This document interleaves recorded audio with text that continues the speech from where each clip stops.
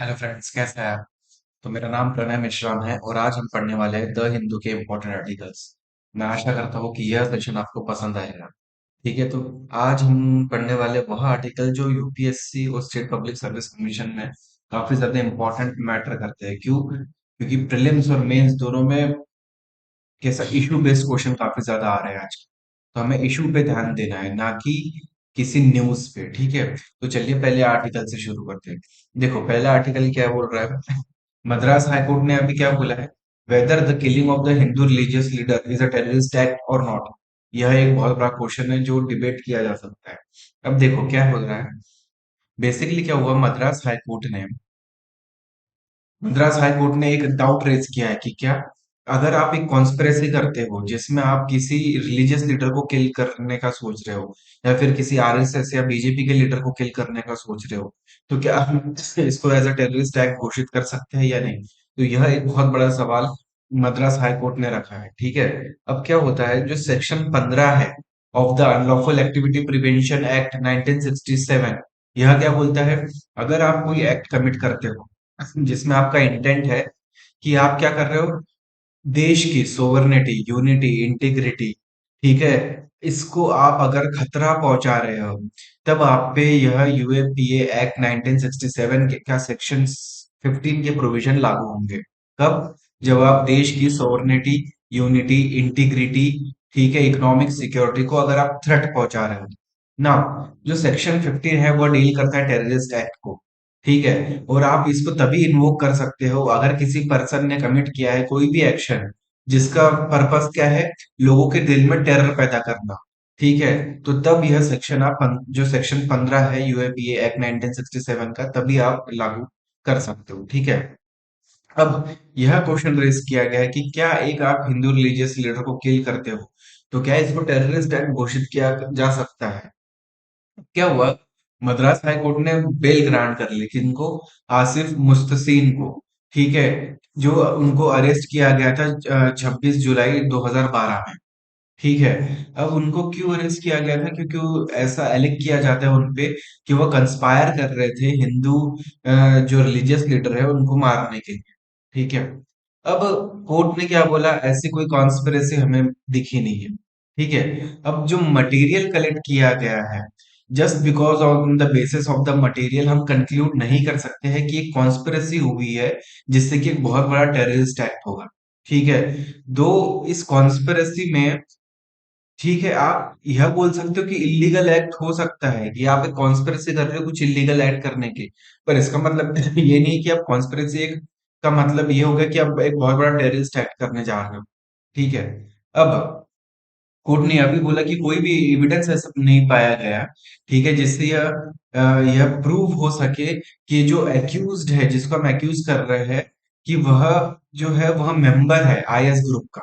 ठीक है, just because आप देखो क्या होता है, किसी प्रॉक्सिमिटी टू एन इंडिविजुअल, जैसे कि अगर मेरी क्लोजनेस है किसी इंडिविजुअल से, वह डिफरेंट है than associating oneself with or professing to be associated with a terrorist or association to further this activity. For example, कोई एक ऑर्गेनाइजेशन है, अब मैं बोलता हूँ कि नहीं, मैं उसके बिलीफ या आइडियोलॉजीज पे मैं भरोसा करता हूँ, यह एक चीज अलग है। मैं यह बोलता हूँ कि नहीं, मैं उसको बिलीव करता हूँ, मैं उसको सपोर्ट करता हूँ उनकी आइडियोलॉजी को, यह बोलना एक अलग चीज होती है।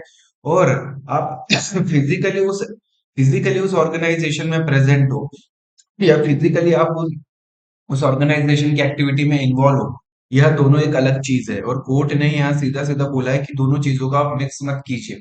ठीक है, अब क्या होता है, सेक्शन 38(2) के भी बारे में यहाँ पे बात की जाती है। इसमें क्या होता है, being a member of the terrorist organisation, और यह क्या, यूएपीए एक्ट, जैसे मैंने अभी आपको बताया कि प्रॉक्सिमिटी होना, क्लोजनेस होना, एक्चुअली उस टेररिस्ट ऑर्गेनाइजेशन का मेंबर होना, वह एक अलग चीज है। और जस्ट बिकॉज उनके आइडियोलॉजी या उनके जो सोच विचार है आप उनको सपोर्ट कर रहे हो, वो एक दोनों चीजें बहुत अलग है। ठीक है, अब प्राइमा फेसी क्या बोला गया है देखो, जो सेक्शन 18 है यूएपीए एक्ट का, यह क्या बोलता है, आपको पनिशमेंट देगा अगर आप कोई टेररिस्ट एक्ट करोगे तो। और आर्टिकल और सेक्शन 38 क्लॉज 2 क्या बोलेगा यूएपीए एक्ट का, कि अगर आप कोई टेररिस्ट एक्टिविटी करने जा रहे हो, ठीक है, तो आप में देखा जाएगा कि यानी कैसा है, देखो अब क्या होता है, जो सेक्शन 38(2) है ऑफ द यूएपीए एक्ट, अब यह क्या बोलता है, आपको कंसिडर करना पड़ेगा क्या चीज, broad probability of the case and for the purpose of considering the bail application, यानी आपको क्या है, आपको यह देखना पड़ेगा कि एक्चुअली में क्या उस बंदे के पास ऐसे कोई, क्या वो एक्चुअली में उस मेंबर है, क्या वो बंदा एक्चुअली मेंबर है किसी टेररिस्ट ऑर्गेनाइजेशन का, यह सेक्शन 38(2) में देखा जाता है। अब मैं, ठीक है, यह सारी चीजें इस आर्टिकल में जानने के लिए जरूरी थी। अब मैं आपको थोड़ा बताता हूँ कि यूएपीए एक्ट क्या है, ठीक है। अब बेसिकली क्या होता है, unlawful activity prevention act, UAPA act ऐसा बोला जाता है। अब देखो क्या है, इस एक्ट को क्यों लाया गया है, ताकि हम अपने देश की सोवर्निटी, यूनिटी, इंटीग्रिटी, इन सबको प्रोटेक्ट कर सके, ठीक है। इसलिए क्या होता है, कॉन्स्टिट्यूशन में 16th अमेंडमेंट एक्ट 1963 आता है, और जिसमें पार्लियामेंट पास करती है एक एक्ट। इस एक्ट के तहत क्या रीजनेबल रिस्ट्रिक्शन लगाए जाएंगे, कहाँ पे, freedom of speech and expression article 19A, right to assemble peacefully without arms article 19B, और right to form an association और यूनियन आर्टिकल 19C। इन सारे राइट्स पे आपके रिस्ट्रिक्शंस लगाए जाते हैं जब यूएपीए एक्ट लागू होता है, ठीक है। यूएपीए एक्ट 1967, अब इसको क्यों लाया गया था, अनलॉफुल एक्टिविटी को प्रिवेंट करने के लिए, जो भी ऑर्गेनाइजेशन जो इन्वॉल्व होते हैं इस अनलॉफुल एक्टिविटी में, उनको प्रिवेंट करने के लिए। अब यह बेसिकली क्या है, यह एक एंटी टेरर लॉ है, ठीक है। अब 2019 में इस एक्ट में कुछ अमेंडमेंट भी होता है। अब इसमें क्या है, अमेंडमेंट के बाद यह बोला जाता है कि आप एक इंडिविजुअल को भी डेसिग्नेट कर सकते हो एज अ टेररिस्ट। पहले क्या था, सिर्फ आप एक ऑर्गेनाइजेशन को डेसिग्नेट कर सकते हो एज अ टेररिस्ट, पर अब क्या हुआ, जो अमेंडमेंट हुआ, तो इससे आप एक इंडिविजुअल को भी टेररिस्ट डेसिग्नेट कर सकते हो। इसके अलावा जो है, आप उसकी प्रॉपर्टी को सीज कर सकते हो, अगर डायरेक्टर जनरल ऑफ एनआईए ऐसा अप्रूवल दे दे तो, ठीक है। इसके अलावा देखो, बेसिकली प्रिंसिपल क्या होता है नेचुरल जस्टिस का, यह बोलता है कि आप इनोसेंट हो जब तक आपको गिल्टी प्रूव ना किया जाए, पर जब यूएपीए एक्ट आप पे लगा दिया जाएगा, तो इसमें क्या होगा, यह मान लिया जाएगा कि आप गिल्टी हो, और अब आपको प्रूव करना पड़ेगा कि मैं इनोसेंट, ठीक है। तो काफी डेंजर है एक्ट ना।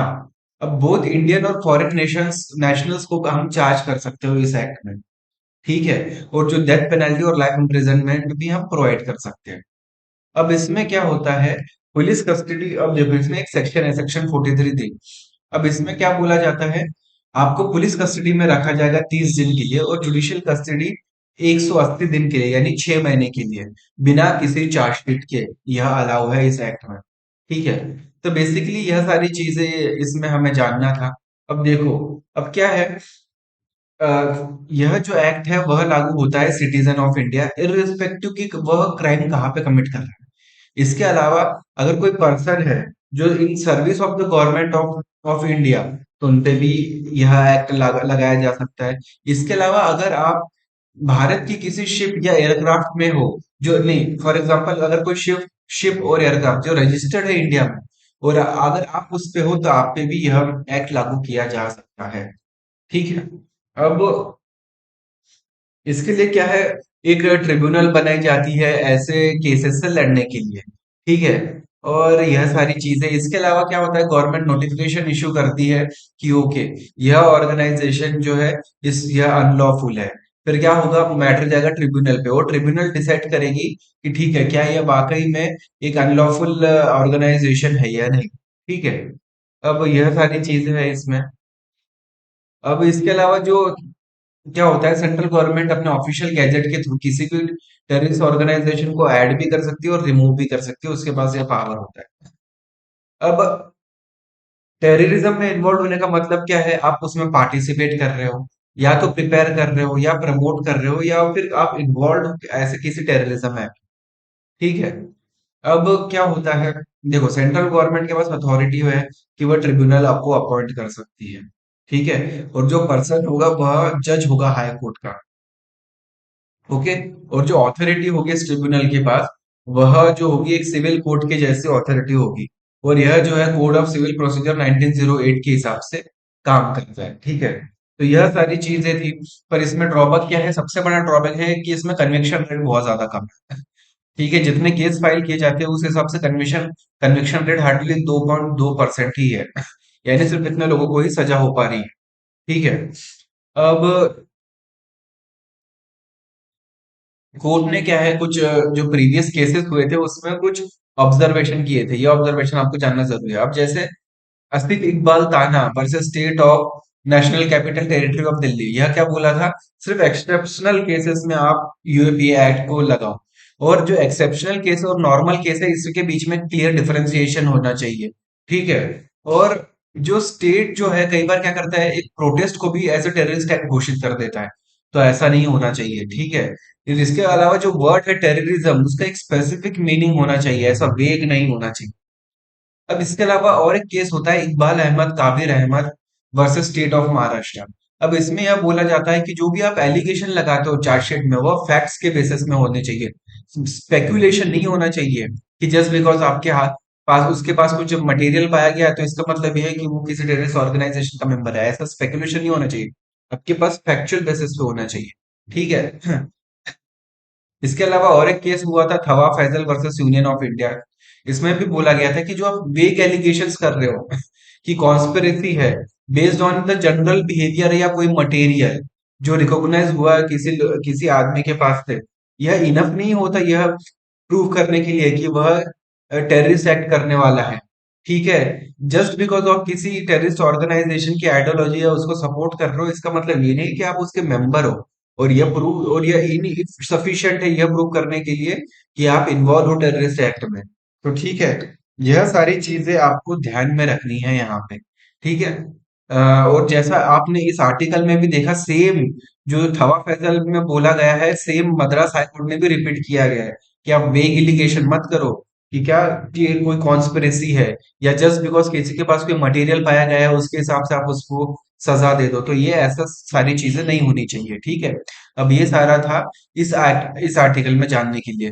ठीक है, तो अब हम मूव करते हैं नेक्स्ट इंपॉर्टेंट आर्टिकल पे। ओके। अब ये जो आर्टिकल है ये भी काफी ज्यादा इंपॉर्टेंट है।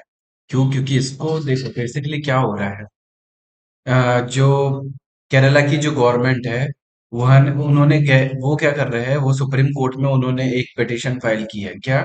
क्योंकि जो सेंटर है उनका यह बोलना है कि जो सेंटर है उनकी जो फाइनेंशियल कैपेसिटीज है उसको स्क्वीज कर रहा है। ठीक है। क्यों? क्योंकि अब देखो सेंटर बेसिकली स्टेट का यह कहना है कि सेंटर हमें अलाउ नहीं कर रहा है ताकि हम बोरोइंग कर सके। ठीक है, एक्सटर्नल बोरोइंग करो या फिर इन द मार्केट बोरोइंग करो। ठीक है। तो सेंटर अब बेसिकली स्टेट का यह कहना है कि सेंटर ने हम पे रेस्ट्रिक्शंस लगाया है और हम बोरोइंग नहीं कर पा रहे हैं। ठीक है। अब बेसिकली इस आर्टिकल में हमें यह जानना है कि ऐसा हो क्यों रहा है। देखो क्या होता है, अब क्या होता है, सेंटर जो है कोविड का समय आता है। ठीक है। रेवेन्यूज जो है स्टेट के काफी ज्यादा गिर जाते हैं। और ऊपर से क्या होता है, जो जीएसटी का भी जो रेवेन्यू वो काफी ज्यादा गिर जाता है। तो यह बोला गया था कि अगर जीएसटी एक्ट में कि अगर आपको क्या है, आपको जीएसटी कंपनसेशन दिया जाएगा। ठीक है, स्टेट्स को ऐसी गारंटी दी गई। पर यह बोला गया कि हमें स्टेट का कहना है कि हमें वो जीएसटी कंपनसेशन नहीं मिला।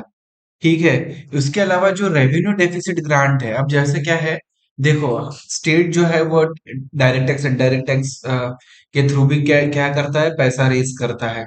ठीक है। पर क्या होता है, जो अगर उसको रेवेन्यू में डेफिसिट आ जाता है, ठीक है, तो सेंटर उसको रेवेन्यू डेफिसिट ग्रांट प्रोवाइड करता है। ठीक है। अब बेसिकली यह कहना है केरला का कि ना हमें रेवेन्यू डेफिसिट ग्रांट मिला, ना जीएसटी कंपनसेशन मिला। ठीक है। तो इससे क्या हुआ, हमारी फाइनेंशियल पोजीशन और टाइट हो गई। और जिसकी वजह से क्या हुआ है, जिसकी वजह से हमें बोरोइंग करना पड़ रहा है। क्यों? क्योंकि हमको अपनी अपने स्टेट को भी तो चलाना है, वेलफेयर की स्कीम्स चलानी है, इंफ्रास्ट्रक्चर डेवलप करना है, तो इसके लिए हमें पैसा चाहिए, तो हमको बोरोइंग करने दो। पर सेंटर ने हमारी बोरोइंग पे लिमिट लगा के रखी है। तो अब बेसिकली हम इसमें इस अब देखो ये सारी चीजों का डिस्कशन मेन क्या था, हमें FRBM एक्ट जानना है। ठीक है। क्योंकि वो वही एक एक्ट है जो लिमिट करता है कि आप एक एक्सेस में बोरो नहीं कर सकते हो। तो बेसिकली एफआरबीएम एक्ट क्या होता है? Physical responsibility and budget management act. यह एक एक्ट है जिसको गवर्नमेंट ऑफ इंडिया लेके आती है 2003 में। इसका क्या मेन उद्देश्य था? इसका मेन उद्देश्य यह था कि फीजल डिसिप्लिन लेके आए। ठीक है। फीजल डिसिप्लिन यानी क्या है? स्टेट जो है लेविश स्पेंडिंग ना करे, बहुत ज्यादा बोरोइंग करके एकदम बस आप वेस्टफुल एक्सपेंडिचर ना करे, इसके लिए तो फीजल डिसिप्लिन लेके आने के लिए एफआरबीएन एक्ट लेके आए। इसके तहत कुछ टारगेट सेट किए जाते हैं, जिसके तहत यह बोला जाता है कि आपको फीजल डेफिसिट को कम करना है और रेवेन्यू डेफिसिट को एलिमिनेट करना है। तो आपको बेसिकली यह जानना है कि फीजल डेफिसिट क्या होता है। फीजल डेफिसिट क्या होता है? देखो, जब आपका टोटल एक्सपेंडिचर ज्यादा हो as compare to total revenue, तो स्टेट का फीजल डेफिसिट हो जाता है। अब यह बेसिकली क्या हुआ? फिजल डेफिसिट हो गया। यह इंडिकेट करता है एक्सटेंट। अब क्या होगा? मेरा खर्चा ज्यादा है पर मेरी आमदनी कम है, तो अब मुझे उस खर्चे को निभाने के लिए क्या करना पड़ेगा? बोरो करके पैसे लेके आने पड़ेंगे। ठीक है, तो यह इंडिकेट करता है कि गवर्नमेंट को किस एक्सटेंट तक बोरो करना पड़ेगा। क्यों? ताकि वह अपने जो एक्सपेंडिचर जो है उसको फाइनेंस कर पाए। और इसको हम कैसे एक्सप्रेस करते हैं फिजल डेफिसिट को? As a percentage of GDP. अब जो देखो क्या होता है, अगर हाई फिजल डेफिसिट है वह अच्छा नहीं होता है। यानी एक गवर्नमेंट जो है बहुत ज्यादा एक्सपेंडिचर कर रही है और एक्सपेंडिचर के लिए बहुत ज्यादा पैसा लेके आ रही है बाहर से उधार मांग के। तो उधारी का पैसा ज्यादा अगर आप मांग के लेके आते हो तो ये कभी भी अच्छा नहीं होता है। क्यों? क्योंकि इससे इन्फ्लेशन होने का खतरा है। आपकी कंट्री की जो करेंसी है वह डीवैल्यूएशन हो सकती है। यानी आपकी फॉर एग्जांपल, अगर आज के तारीख में एक डॉलर के मुकाबले एक जो हमारा करेंसी है रुपी, अब जैसे एक डॉलर खरीदना है तो 80 रुपए चाहिए। पर अगर आपकी करेंसी डीवैल्यूएट हो जाती है, इसका मतलब अब क्या होगा? वही डॉलर आपको फॉर एग्जांपल 100 रुपए में आपको मिलेगा। 100 रुपए आप दोगे तो आपको एक डॉलर खरीद पाओगे। तो अगर आपकी करेंसी डीवैल्यूएट हो जाती है तो यह अच्छा नहीं होता है। इसलिए हाई फिजिकल डेफिसिट से इन्फ्लेशन हो सकता है, आपकी करेंसी डीवैल्यूएट हो सकती है, आप पे काफी ज्यादा कर्जा बढ़ जाएगा, डेप्ट बर्डन बर्डन बढ़ जाएगा। ठीक है। जबकि लोअर फिजिकल डेफिसिट जो है यह एक पॉजिटिव साइन होती है। यह दिखाता है कि आपकी एक जो है हेल्दी इकोनॉमी है। अब फिजिकल डेफिसिट पर जरूरी भी तो है, तभी तो स्टेट कर रही है। तो फिजिकल डेफिसिट का पॉजिटिव एस्पेक्ट क्या है? रीजनल डेफिसिट ये जो है गवर्नमेंट की स्पेंडिंग बढ़ाती है। कहाँ कहाँ पे? पब्लिक इंफ्रास्ट्रक्चर पे, सर्विसेज पे और अदर इंपॉर्टेंट एरिया पे, जिससे क्या होगा? Economic growth.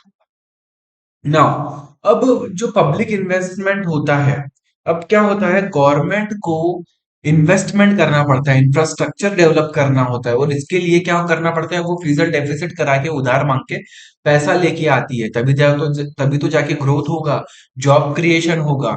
ठीक है, तो कहीं ना कहीं इसलिए फिजिकल डेफिसिट बहुत ज्यादा जरूरी भी है ना। अब फिजिकल डेफिसिट के जैसे मैंने बताया था, नेगेटिव एस्पेक्ट क्या है? आपका डेब्ट बर्डन बढ़ जाएगा, काफी ज्यादा आप पे उधार आ जाएगा। ठीक है। आपकी इकोनॉमी में काफी ज्यादा इन्फ्लेशन बढ़ जाएगा, चीजें महंगी हो जाएगी। इसके अलावा क्राउडिंग आउट इफेक्ट हो जाएगा प्राइवेट इन्वेस्टमेंट का। यानी अगर गवर्नमेंट ही बहुत ज्यादा बोरो कर रही है तो क्या होगा? सपोज लोकल मार्केट से बोरो कर रही है, बैंकों से बोरो कर रही है, तो क्या होगा? अगर मैं एक प्राइवेट इंडस्ट्री हूँ, मुझे उधार में पैसा चाहिए, तो जब मैं बैंक के पास जाऊंगा या मार्केट में जाऊंगा पैसा लेने के लिए, तो मुझे ज्यादा इंटरेस्ट पेमेंट करना पड़ेगा। तो इसको बोलते हैं crowding out of private investment. क्यों? क्योंकि ज्यादा इंटरेस्ट तो मैं दे ही नहीं पाऊंगा, तो मैं पैसा ही नहीं उठाऊंगा। ठीक है। और इसके अलावा बैलेंस ऑफ पेमेंट का प्रॉब्लम भी हो जाएगा। ठीक है। अब यह कुछ सारी चीजें थी हमें जो बेसिकली जाननी थी। ओके। अब इसके अलावा देखो, और एक इम्पोर्टेंट आर्टिकल है, बेसिकली वो यह है पॉस्को टेस्ट के बारे में। ठीक है, पॉस्को केसेस के बारे में। यह बेसिकली बोला गया है कि क्या प्रेगनेंसी के टेस्ट, देखो क्या हो रहा है, कर्नाटका हाईकोर्ट ने बोला है कि पॉस्को केसेस में आप प्रेगनेंसी टेस्ट भी करो। ठीक है। क्योंकि जो भी रेप के विक्टिम होते हैं या सेक्सुअल ऑफेंसेस के विक्टिम होते हैं अंडर द पॉस्को एक्ट 2012, तो आप उनका प्रेगनेंसी टेस्ट भी करो। मैंडेटरी है कि आप उनका मेडिकल एग्जामिनेशन करो। ठीक है, जैसे ही आप फर्स्ट इंफॉर्मेशन रिपोर्ट लॉन्च करते हो। अब यह इससे क्या होगा? यह असर्टेन करेगा कि क्या होगा? मेडिकल कंडीशंस ठीक है, gestation period for the termination of pregnancy, यह अर्लीस्ट हो सके, ऐसा ना हो सके कि आप प्रेगनेंसी टेस्ट नहीं कर रहे हो, फिर बेचारी लड़की जो है अगर वो प्रेग्नेंट हो जाती है तो जो जेस्टेशन पीरियड है प्रेगनेंसी का वह बढ़ जाएगा, फिर प्रेगनेंसी को टर्मिनेट करना बहुत ज्यादा मुश्किल हो जाएगा। और इसके वजह से क्या होगा, जो लड़की है उसका जो विक्टिम है उसकी फिजिकल और मेंटल हेल्थ पे काफी ज्यादा असर होगा। तो अब बेसिकली हमें यह जानना है कि पॉस्को एक्ट क्या होता है। ठीक है, अब पॉस्को एक्ट क्या है वह जानना बहुत जरूरी है। ठीक है, अब देखो क्या है, ये देखो पॉस्को एक्ट। ठीक है, पॉस्को एक्ट क्या बोलता है, protection of children from the sexual offences act. यह बेसिकली एक्ट है जो 14 नवंबर 2012 में पास होता है, इफेक्ट में होके आता है। ठीक है, इसका एप्लीकेशन स्टार्ट हो जाता है। अब यह क्या है, अब इंडिया क्या करती है, united nation convention on the right of the child 1992, इसको रेटिफाई करती है। जो एक यूनाइटेड नेशन का एक कन्वेंशन था on the right of the child, उसको इंडिया रेटिफाई करती है और 2012 में पॉस्को एक्ट लेके आती है, जिसका एम क्या है, अब जो भी सेक्सुअल ऑफेंसेस हो रहे हैं, एक्सप्लॉयटेशन हो रहे हैं चिल्ड्रन के, अब उससे चिल्ड्रन को बचाने के लिए यह पॉस्को एक्ट लेके आया था। अब चाइल्ड बेसिकली चिल्ड्रन यानी कौन है, चिल्ड्रन वह सारे लोग हैं जिनकी उम्र 18 से कम है, वह है चिल्ड्रन। ठीक है, और यह एक्ट पनिशमेंट देता है कोई भी अगर आप ऑफेंस करते हो चिल्ड्रन के खिलाफ तो। अब इस एक्ट को 2019 में अमेंडमेंट किया गया था और एक बहुत स्ट्रिंजेंट पनिशमेंट लेके आई थी, जैसे कि अगर आप कोई सेक्सुअल क्राइम करते हो चिल्ड्रन के खिलाफ तो आपको डेथ पेनल्टी भी दी जा सकती है। ठीक है, और इसके अलावा गवर्नमेंट ने एक नोटिफाई किया पॉस्को रूल भी 2020 में। अब इसमें क्या बोला गया है कि ये जो लॉ होगा आपसे अब जेंडर न्यूट्रल होगा। यानी पहले क्या था कि अगर आप लड़की के खिलाफ ऑफेंस करते हो तो ऐसा, पर नहीं, अभी क्या है, जेंडर न्यूट्रल। बच्चा भले ही लड़का हो या लड़की, अगर आप उसके खिलाफ सेक्सुअल एक्सप्लॉयटेशन करते हो तो आपको इस एक्ट के तहत बुक किया जाएगा, पनिश किया जाएगा। अब यह एक्ट रिकॉग्नाइज करता है कि दोनों लड़के और लड़कियां, यह दोनों विक्टिम हो सकते हैं सेक्सुअल अब्यूज के। ठीक है, अब क्या होता है कि जो भी चिल्ड्रन है उनके पास राइट है कि उनका अब्यूज एक्सप्लॉयटेशन ना हो। ठीक है, और लॉ जो है इसने डिस्क्रिमिनेट नहीं करना चाहिए सिर्फ जेंडर के बेसिस पे। ठीक है, इसके अलावा जो रिपोर्टिंग है, कोई भी केस को रिपोर्ट करना भी थोड़ा ईज बना दिया जाए गया है। अब क्या हो रही है, अवेयरनेस लोगों में फैल रही है। ठीक है, अब इससे क्या हो रहा है, रिपोर्टिंग भी इम्प्रूव हो रही है। ठीक है, और बेसिकली क्या है, चिल्ड्रन का एक्सप्लॉयटेशन सिर्फ एक इंडिविजुअल ही नहीं कर सकता है। कई बार क्या होता है, जो अलग अलग इंस्टीट्यूशन होते हैं वह भी चिल्ड्रन का एक्सप्लॉयटेशन करते हैं। तो इस एक्ट के तहत उन इंस्टीट्यूशन को भी पनिश किया जाएगा। ठीक है, और अगर आप रिपोर्ट नहीं करते हो तो आपको भी पनिश किया जाएगा। क्यों? क्योंकि आप रिपोर्ट ही नहीं कर रहे हो। ठीक है, अब अगर आप एक चाइल्ड पोर्नोग्राफी, ठीक है, अगर चाइल्ड पॉर्न को भी अगर आप सेव करके रखते हो तो भी आपको इस एक्ट के तहत पनिश किया जाएगा। ठीक है, अब सेक्सुअल असॉल्ट को डिफाइन किया गया है एक एक्सप्लिसिट टर्म में कि ये सेक्सुअल ऑफेंस क्या होगा। ठीक है, इसके अलावा जो पॉस्को रूल है 2020, उसमें यहां भी बोला गया है कि हम कंपनसेशन देंगे, रिलीफ देंगे। ठीक है, इसके अलावा और क्या बोला गया है, इमीडिएट पेमेंट ऑफ रिलीफ होगा। ठीक है, एक चाइल्ड वेलफेयर कमेटी होगी जो चाइल्ड को इमीडिएट वेलफेयर देंगी ताकि उसको फूड, क्लोथिंग और ट्रांसपोर्टेशन जैसे फैसिलिटीज मिल सके। ठीक है, और पेमेंट एक हफ्ते के अंदर होगा। इसके अलावा एक क्या होगा, देखो अब यह बेसिकली सारी चीजें थी जानने के लिए। इसके अलावा हम यह भी जान सकते हैं कि लगभग 412 पॉस्को कोड्स बनाए गए हैं जो एक्सक्लूसिवली पॉस्को से रिलेटेड केसेस जो है उसको डील करते हैं, और यह 29 स्टेट्स और यूटी में बनाए गए हैं। 412 एक्सक्लूसिवली पॉस्को कोड बनाए गए हैं। ठीक है, अब यह सारी चीजें थी इस आर्टिकल में जानने के लिए। ठीक है, अब इससे भी बहुत ज्यादा डिटेल में है इस आर्टिकल में, पर मैं आपको इसके लिए एक अलग से डिटेल लेक्चर बना के मैं आपको थोड़ा इसमें बताऊंगा कि और इसमें क्या चीजें जानने लायक है। ठीक है, अब बस ओके, तो अब नेक्स्ट आर्टिकल पे हम मूव करते हैं।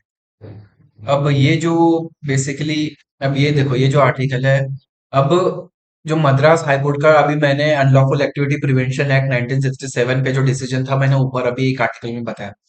अब इसके अलावा और एक केस है। अब बेसिकली क्या हुआ है, एससी हाई कोर्ट ने क्या बोला है कि अनलॉफुल एक्टिविटी प्रिवेंशन एक्ट यह अलाउ करता है ग्रांट को, ठीक है, किस चीज की, बेल को, टू इवन फॉरेनर्स। और यह कब, एक्सेप्शनल केसेस में। अब बेसिकली देखो क्या होता है, एक जो स्पेशल कोर्ट होती है एनआईए की, नेशनल इन्वेस्टिगेशन के केस की, नेशनल इन्वेस्टिगेशन एजेंसी है, उसकी जो एक स्पेशल कोर्ट है। अब हाई कोर्ट ने यह बोला, it cannot cancel the bail which is granted to the people who was accused of attempting to establish Islamic rule in India through the unlawful mean, just because he was subsequently suspected to be the Sri Lankan national। ठीक है। अब जो special court है NIA की, वह bell cancel नहीं कर सकती है जो एक पर्सन को दी गई है, जो एक्यूज्ड है, जिस पे यह क्लेम किया गया है कि वह इस्लामिक रूल एस्टेब्लिश करना चाहता है इंडिया में अनलॉफुल मीन से, सिर्फ इसलिए क्योंकि वह श्रीलंकन है। बेसिकली हाईकोर्ट ने यह बोला। देखो क्या है, जो डिवीजन बेंच है मद्रास हाई कोर्ट की, उसने क्या किया, जो बेल कैंसलेशन ऑर्डर है उसको खारिज किया। जो एक स्पेशल कोर्ट थी एनआईए की, उसने पास किया था बिल कैंसलेशन ऑर्डर, तो मद्रास हाई कोर्ट ने उसको खारिज कर लिया, उसको साइड में रख दिया। और यह बोला कि जो सेक्शन 43D है of the unlawful activity prevention act, यह परमिट नहीं करता है grant of the bail to the foreigners, ठीक है, यह बोला गया है। पर बेंच का कहना यह है कि सेक्शन 43 जो है और जो यूएपीए एक्ट का, यह बोलता है कि नो बेल, कोई भी बेल ग्रांट नहीं की जाएगी किसी भी पर्सन को जो कि एक्यूज्ड है पनिशमेंट के, किसी भी ऑफेंस के under the unlawful activity prevention act, अगर वह इंडियन सिटीजन नहीं है और अगर वह एंटर हुआ है इंडिया में इलीगली, ठीक है। और यह बोला गया है कि एक्सेप्शनल सर्कमस्टेंसेस को छोड़ के and for the reason to be recorded in the writing, यह कुछ प्रोविजन है जो अनलॉफुल एक्टिविटी प्रिवेंशन एक्ट 1940 जो 1967 है, उसका जो सेक्शन 43 है उसमें यह है। ठीक है, तो एक्सेप्शनल सर्कमस्टेंसेस में फॉरेनर्स को भी आप बेल प्रोवाइड कर सकते हो। ठीक है, तो बेसिकली यह सारी चीजें इस आर्टिकल में है जानने के लिए, ठीक है। और बाकी अनलॉफुल एक्टिविटी प्रिवेंशन एक्ट क्या होता है, मैं अभी आपको थोड़ी देर पहले बता चुका हूँ। ओके। अब ये जो आर्टिकल है, इस आर्टिकल में बोला गया है कि क्या रशिया जीत रहा है रशिया यूक्रेन वॉर को। अब बेसिकली हमें जानना है रशिया यूक्रेन वॉर क्या है, क्योंकि बहुत सारे लोगों को इसका थोड़ा बैकग्राउंड नहीं पता, कैसे चल रहा है ये नहीं पता। देखो क्या होता है, दिसंबर 2021 में क्या होता है, रशिया पब्लिश करती है एक ड्राफ्ट सिक्योरिटी एग्रीमेंट, किसको, वेस्ट को। और इसमें यह बोला गया है कि जो टेंशन है रशिया और यूरोप के बीच में, इंक्लूडिंग द यूक्रेन क्राइसिस, उससे हम किस तरीके से रिजॉल्व करना चाहिए। बट क्या होता है, इसमें कुछ कंट्रोवर्शियल प्रोविजंस थे। इसमें क्या बोला गया था कि यूक्रेन जो है वह नॉर्थ अटलांटिक ट्रीटी ऑर्गेनाइजेशन को ज्वाइन नहीं करेगा, ठीक है। तो यह, और जो ड्रिल्स होती है इस रीजन में, वह भी परफॉर्म नहीं की जाएगी, नाटो की जो ड्रिल्स है, ठीक है। अब अब ये जो टॉक्स थे, वह जो जो रशिया और यूरोप के बीच में, वह फेल हो गए, और जो टेंशन था वह बढ़ता गया। रशिया ने अपने ट्रुप्स बिल्ड करना चालू कर दिए रशिया यूक्रेन के बॉर्डर पे। और क्या होता है, धीरे धीरे चीजें जो है वह और खतरनाक होती जाती है, ठीक है। अब ये देखो, इवन आप ये जो न्यूज़पेपर है उसमें भी आप थोड़ा देख सकते हो। बेसिकली ये देखो, ये जो है ये रशिया वाला रीजन है, ये यूक्रेन वाला रीजन है, ठीक है। अब ये जो देखो, जो आप रेड रेड रेड रेड ये पूरा देख रहे हो, अब क्या होता है 2022 फेब 24 के पहले ये पूरा रीजन रशिया के कंट्रोल में था, ठीक है।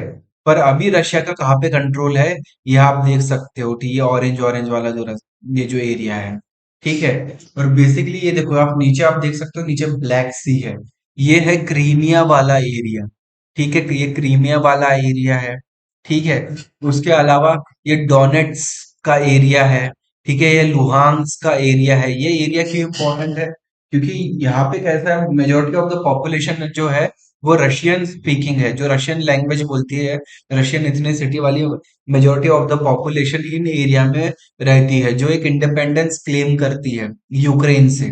ठीक है, यहाँ पे आप देख सकते हो ये जो ब्लैक सी वाला एरिया है। ठीक है, यहाँ पे बेसिकली ब्लैक सी क्या है, जो पिछली बार जो ग्रेन क्राइसिस जो हुए थे, तो बेसिकली ग्रेन्स जो है वीट, यूक्रेन को basically as a wheat basket बोला जाता है यूरोप, तो वीट प्रोवाइड करने के लिए वर्ल्ड से, तो ये ब्लैक सी के थ्रू हुआ था। ठीक है, ये क्रीमिया है, आप देख सकते हो ये वाला जो रीजन है, यह जो है यह क्रीमिया वाला रीजन। ठीक है, डोनेट्स, लुहांस, यह क्रीमिया, यह कुछ सारी चीजें हैं। ठीक है, अब देखो, अब हम इस आर्टिकल में थोड़ा मैं तो आपको एक्सप्लेन करता हूँ बेसिकली क्या है ये कॉन्फ्लिक्ट, थोड़ा हुआ आपको एटलीस्ट थोड़ी तो भी चीजें पता होनी चाहिए। ठीक है, अब देखो यूक्रेन जो है ये रशिया के बॉर्डर में है, कहाँ पे, ईस्ट में। और अब क्या है, देखो आपको थोड़ा ज्योग्राफी के हिसाब से भी पता चलना चाहिए। ये है यूक्रेन, अब रशिया है यहाँ पे। ठीक है, आप बेलारस है उसके नॉर्थ पे, यानी ज्योग्राफी में ये क्वेश्चन आता है कि यूक्रेन से घिरी हुई कितनी कंट्रीज है। तो पहली कंट्री है रशिया, ईस्ट में नॉर्थ में बेलारस, नॉर्थ वेस्ट में है पोलैंड। ठीक है, फिर नॉर्थ वेस्ट में और एक आपको मिलता है स्लोवाकिया, यहाँ पे है रोमानिया। ठीक है, तो यह सारी चीजें, और ये मालडोवा। ठीक है, यह कुछ कंट्रीज है जो यूक्रेन को बॉर्डर करती है। ठीक है, जैसा मैंने बताया था ये क्रीमिया वाला रीजन है। ठीक है, ये है सी ऑफ अजूर्स। ठीक है, यह भी आप जानो, ये देखो ब्लैक सी है नीचे, और ऊपर है सी ऑफ अजूर्स। ठीक है, अब यह सारी चीज है। अब जैसे कि मैंने बताया कौन कौन सी कंट्री बॉर्डर करती है रशिया को, बेलारस। ठीक है, रशिया हो गया, बेलारस हो गया, पोलैंड हो गया, स्लोवाकिया हो गया, हंगरी, रोमानिया और मोल्डोवा। ठीक है, मोल्डोवा, ये सारी कंट्रीज जो है यह बॉर्डर करती है रशिया को। अब इसके अलावा जो है, जो मैरीटाइम बाउंड्री है, वह है ब्लैक सी और सी ऑफ अजोव्स। यह सारी चीजें हमें जो ज्योग्राफी के क्वेश्चन आते हैं उसमें काम आती है। ठीक है, अब जो यूक्रेन था, यह अलग अलग रूलर्स के अंदर रह चुका है, कभी ऑटोमन एम्पायर, कभी रशियन रूल और कभी फिर सोवियत यूनियन। ठीक है, अब यूक्रेन को इंडिपेंडेंस मिलता है 1991 में, जब क्या होता है, डिसइंटीग्रेशन होता है सोवियत यूनियन यूएसएसआर का। ठीक है, अब देखो अब क्या होता है, 2014 में क्या होता है, कंट्री जो है इसने एक थोड़ा वर्ल्ड का अटेंशन ग्रैब किया, क्यों, यूरो मैदान मूवमेंट की वजह से। ठीक है, अब सिविल अनरेस्ट हो जाता है यहाँ पे। ठीक है, यूक्रेन में। और यह क्यों होता है, जो तब के प्रेसिडेंट थे विक्टर यानुकोविच, ठीक है, उनको रिमूव किया जाता है, और जो 2004 का जो कॉन्स्टिट्यूशनल अमेंडमेंट था उसको ला दिया जाता है। अब 2004 का क्या बेसिकली रोल था, देखो 2004 में होता है ऑरेंज रेवोल्यूशन। अब क्या होता है, 2004 के जो प्रेसिडेंट इलेक्शन होते हैं यूक्रेन में, तो प्रोटेस्ट होते हैं, सिविल अनरेस्ट होता है। ठीक है, और इसको हम बोलते हैं ऑरेंज रेवोल्यूशन।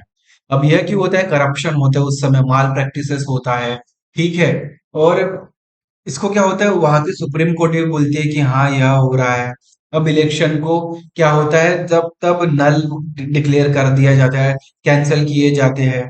ठीक है, और इस हिसाब से क्या होता है, इसके बाद यूरो मैदान का एक मूवमेंट होता है 2014 में। अब क्या होता है, एनेक्सेशन ऑफ क्रीमिया। ठीक है, अब क्रीमिया जो है कहाँ पे, ब्लैक सी में है। अब पॉपुलेशन जो है मोस्टली रशियन है, जो इथनिक रशियन है। ठीक है, और इसके अलावा क्या है, देखो क्रीमिया को क्या होता है, 18 सेंचुरी में इसको रशियन एम्पायर ने एनेक्स कर लिया था। कब, जब रशियन रेवोल्यूशन हुआ था। ठीक है, और यह बेसिकली एक ऑटोनॉमस रीजन था। अब 1954 में क्या होता है, सोवियत जो लीडर थे निकिता क्रुश्चेव, वह क्या करते हैं, एक यूक्रेनियन बाय बर्थ थे बेसिकली, वह ट्रांसफर करते हैं क्रीमिया को यूक्रेन को। बट जो स्टेटस था क्रीमिया का, वह डिस्प्यूटेड था तब से ही। क्या होता है, 2014 में फरवरी में क्या होता है, यूक्रेन रेवोल्यूशन के बाद, बेसिकली उस समय जो यूक्रेन रेवोल्यूशन होता है उसके बाद क्या होता है, रशियन ट्रूप्स डिप्लॉय किए जाते हैं क्रीमिया में। एक रिफरेंडम होता है रशिया के द्वारा। ठीक है, और 90% पॉपुलेशन यह बोलती है कि हाँ हमको रशिया के साथ जाना है।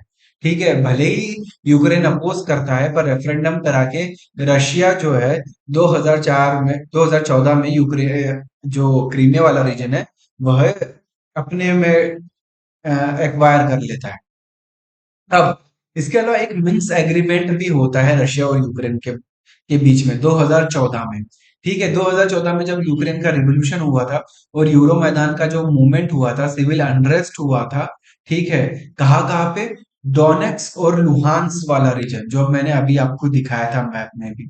ये देखो, ये जो एरिया है बेसिकली आपको बहुत इंपॉर्टेंट है, इसकी लोकेशन जानना है।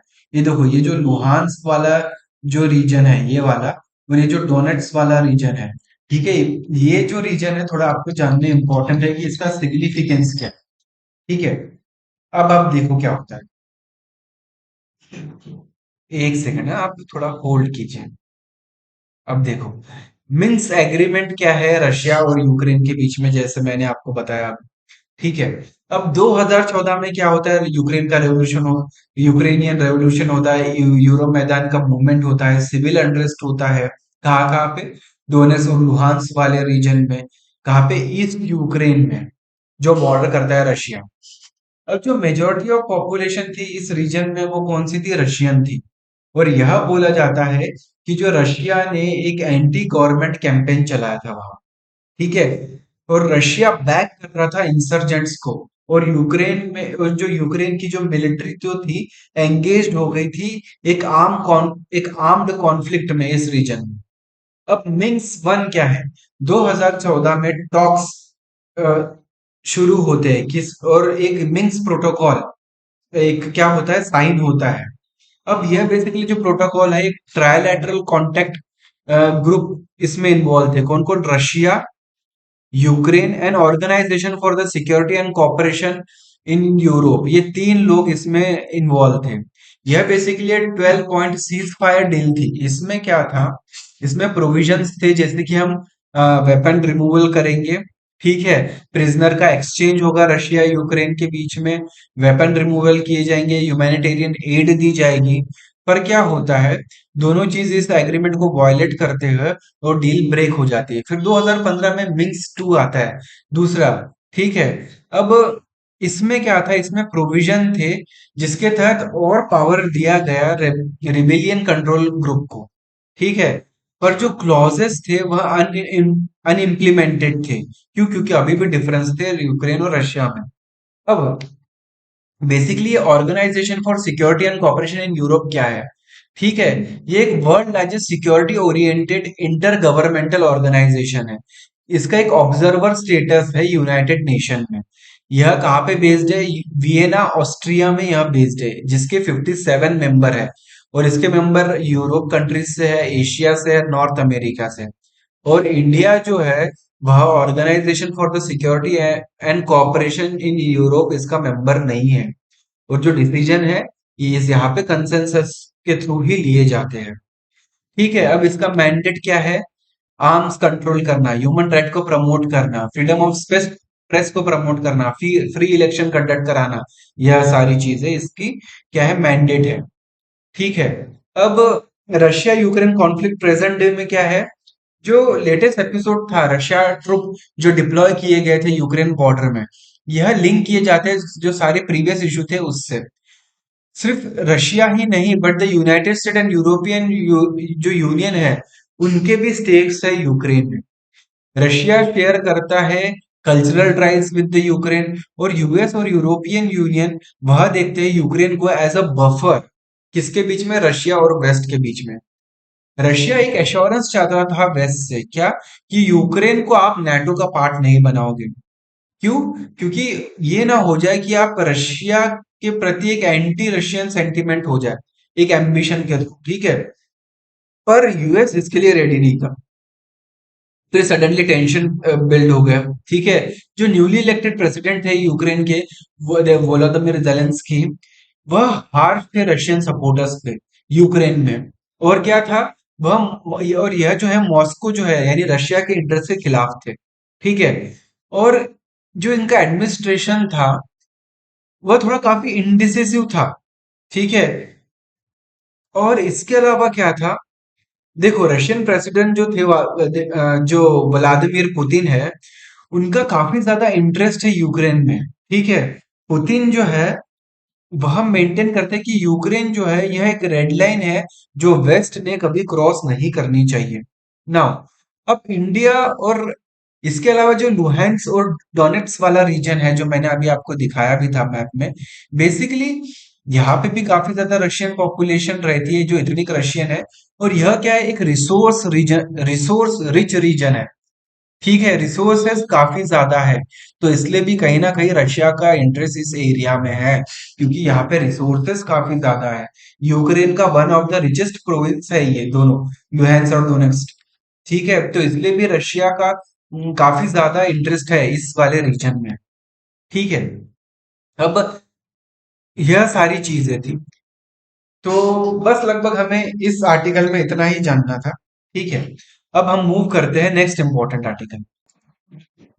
अब बेसिकली देखो ये जो आर्टिकल है, इसमें क्या है देखो, अब क्या होता है, जो प्रशांत भूषण जी हैं, जो एक लॉयर है दिल्ली के, वो एक पिटीशन फाइल करते हैं कि आप कैसे इंटरफेयर कर सकते हो जो केसेस ऑलरेडी लिस्ट किए गए हैं किसी जज के आगे। ठीक है, कि वह जज इस केस को सुनेगा, तो आप उसको एक बेंच से दूसरी बेंच में उस केस को कैसे ट्रांसफर कर सकते हो, ऐसा पूछा गया। ठीक है, अब सुप्रीम कोर्ट के जो जो चीफ जस्टिस ऑफ इंडिया है DY चंद्रचूड़ जी, उन्होंने बोला कि नहीं, ओके ठीक है, हम इंटरफेयर नहीं करेंगे जो केसेस ऑलरेडी लिस्टेड है किसी भी जज के लिए कि वह उस केस को सुनेगा। अब बेसिकली इस आर्टिकल में हमें एग्जाम पर्सपेक्टिव से क्या जानना है कि मास्टर ऑफ रोस्टर क्या होता है। देखो आपको आर्टिकल ऐसे पढ़ना है जो उसका आपको अंदर का जानना है, ऐसे ऊपर ऊपर से आर्टिकल आप पढ़ोगे किसी काम का नहीं है। जैसे मैंने पिछले आर्टिकल में बताया था मिन्स एग्रीमेंट क्या है। ठीक है, डोहान्स और लुहान्स का जो रीजन है उसका क्या सिग्निफिकेंस है।